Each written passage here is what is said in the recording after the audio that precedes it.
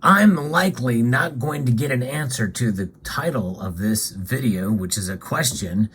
Are silver and gold stackers losing hope? Because if they are, they're probably not watching this channel or any other channel. But if you know of anybody or have talked to anybody, I'm very curious to see if anyone out there is losing hope in stacking gold and silver. If so, I have failed in my mission.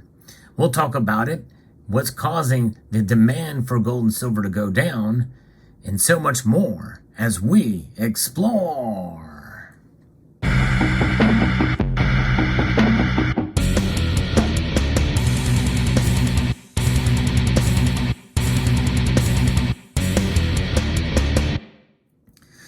What is going on with silver and gold demand right now?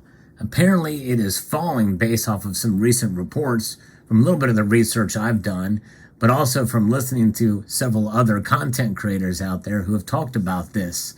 We're starting to see a pattern here, and there's a myriad of different reasons why this could be the case. And I'm kind of curious to see what's going on in the world of precious metals in terms of demand. Go back and look and see that there has been mixed demand for gold and silver bullion really since for the first half of this year, based on off of some of the numbers that are coming in. And is it because of the prices? Sometimes in the summertime we do see the prices of gold and silver pull back a little bit, although it's been kind of a wild ride over the last month or so. But that's to be expected. I know one thing I do on my channel is I prepare viewers that we could see, even in the midst of all the craziness and the uncertainty in the economy today, many people have not seen this kind of volatility in their entire lives. However, in many cases, we look back through the course of history and, there's nothing new under the sun, right? Imagine what people went through during the Great Depression.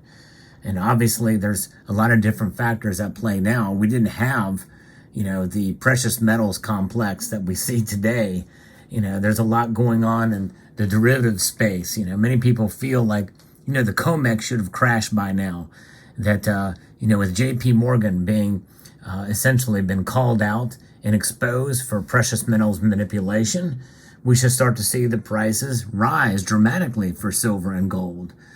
Gold has done fairly well, all things considered. But some people have expectations that go above and beyond. Part of that can be fueled by speculators in this community. There are pumpers out there, and I don't mean that as a derogatory term. Some people genuinely feel that, hey, it's just a matter of time before we see silver and gold just skyrocket. No matter what their intentions are, typically things kind of moderate, even with extreme circumstances surrounding the markets. The whole system is set up in such a way where everybody wants everything to go well. And so they will make it go well in whatever way they possibly can to keep the system going. That can only go on for as long as possible. Things will continue to go as they will until they don't. That's the most obvious axiom you can think of. And when you think about the dollar, this is the currency we all love to hate, right? Because the dollar is something that's been manipulated by the Federal Reserve, and we know that it's a losing proposition when you think about it in terms of what it does year after year by design. It loses 2% of its value. So with that being said, silver and gold have to at least increase by 2% each year in order to preserve your wealth, right? The thing is, it just doesn't work like that. And it never will work like that, by the way. And I think that that's something we have to think. And even if there was no derivatives market, and by the way, that's one thing that I kind of wish for of another channel who asked me that question is, what's the one thing you could get rid of? That would be the derivatives market. If you took away all the derivatives, well, let's say silver and gold shoot up to some ungodly price, or maybe it's a godly price, right? Well, then where is the bottom to buy in for gold and silver? Where is your wealth preservation there? You're starting from a baseline of no absolute return. if we could guarantee a 2% return in a normal inflationary environment for gold and silver, well, hey, we'd be fine. In fact, probably see a lot more stackers out there. But nonetheless, we have inflation higher than that, much higher than that. As at the time of you seeing this video, and it's still around 3%. It may even go higher after the latest numbers come out. But nonetheless, are you losing hope? There is less demand. And again, an article here that dates back to last month, the middle of last month, says U.S. Mint and Perth Mint see mixed demand for gold and silver bullion for the first half of 2023. There's another article that just recently came out. This talks about the Perth Mint has seen a startling sales decline in July amid recent political turmoil. Could that be it, or is there something else at play? From JewelerMagazine.com, which is kind of an odd source for such a thing. In a very recent article here, they say the Perth Mint is the largest processor of newly mined gold in the world, and in the past year completed sales of excess of $20 billion. In July, the Mint completed sales of 44,009 troy ounces of gold and 863,485 ounces of silver. These figures represent a month-by-month decrease of 39 and 35% respectively. On a 12-month average, sales have declined by 45 and 65%. And so that huge of a drop, it's got to be more than just for political turmoil and really or what have you in the state. I guess it could be something related to that, but there's other factors at play. Some suggest, well, because of inflation, well, we can't afford as much gold and silver to stack because we have to buy other things like bread, water, milk, food, fuel, bills, pay our bills. Everything else is going up. When everything else goes up, we can afford to spend less on gold and silver. And even though the inflation rate is officially, according to the Consumer Price Index, hovering around 3%, make no mistake, there are many other things that are far beyond that. Fuel and food are two things that come to mind immediately that are much higher. And so when those things cost and you need that stuff to survive, you're going to be spending much less money on gold and silver. And so with that being said, what's the deal here? What's going on? Well, that very well could be all the explanation there is, which means that no one is losing hope. It's just they're not buying right now. So are you discouraged about the recent prices falling? In fact, that could, in part and parcel, explain some of the decline. It's a very minor aspect of it, I think, just like it was during the silver squeeze movement. It was a very minor price increase for a couple of days because of that. And I think the opposite holds true because the vast majority of especially silver is used as an industry and as a commodity. In the gold space, I think central banks buying is a whole lot more than what you and I do to stack coins, rounds, and bars of gold. Now there is also jewelry buying, which is going to be a very important aspect, and China and India are major buyers in that regard.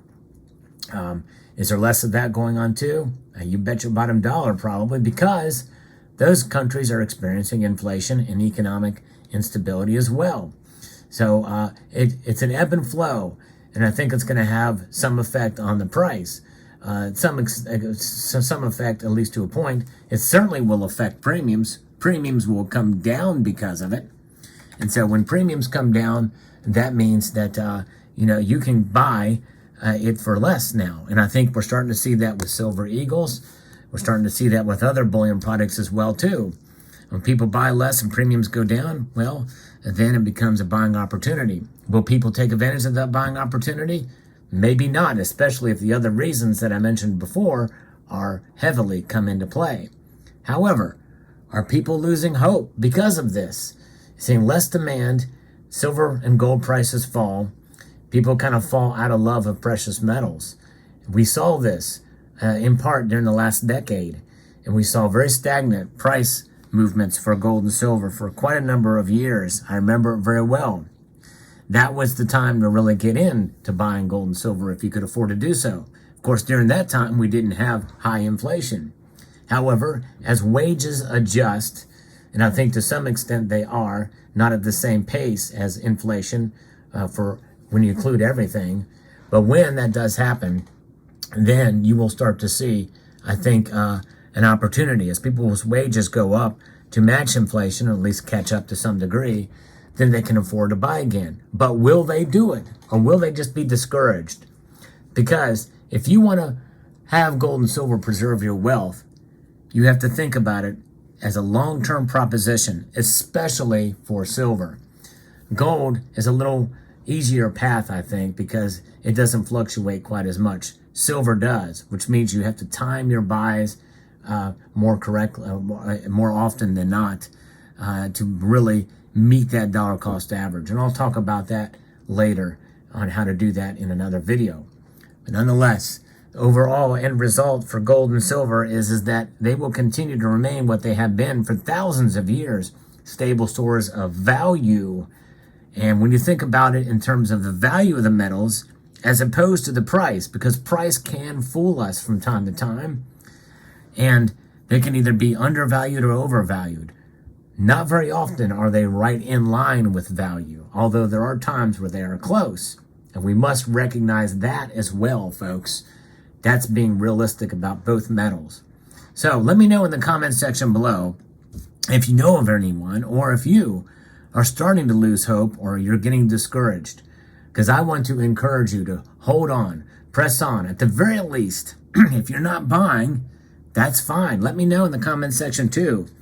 If you're not buying, are you holding, and will you continue to hold? I hope so. I think there's very few instances where it's good to sell precious metals, especially during a downturn like this.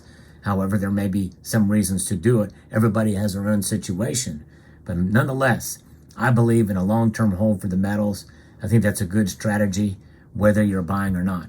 Let me know what your thoughts are. I'd like to extend a multitude of gratitude to you all for taking the time to watch, and to encourage you to please rate, share, comment, and subscribe.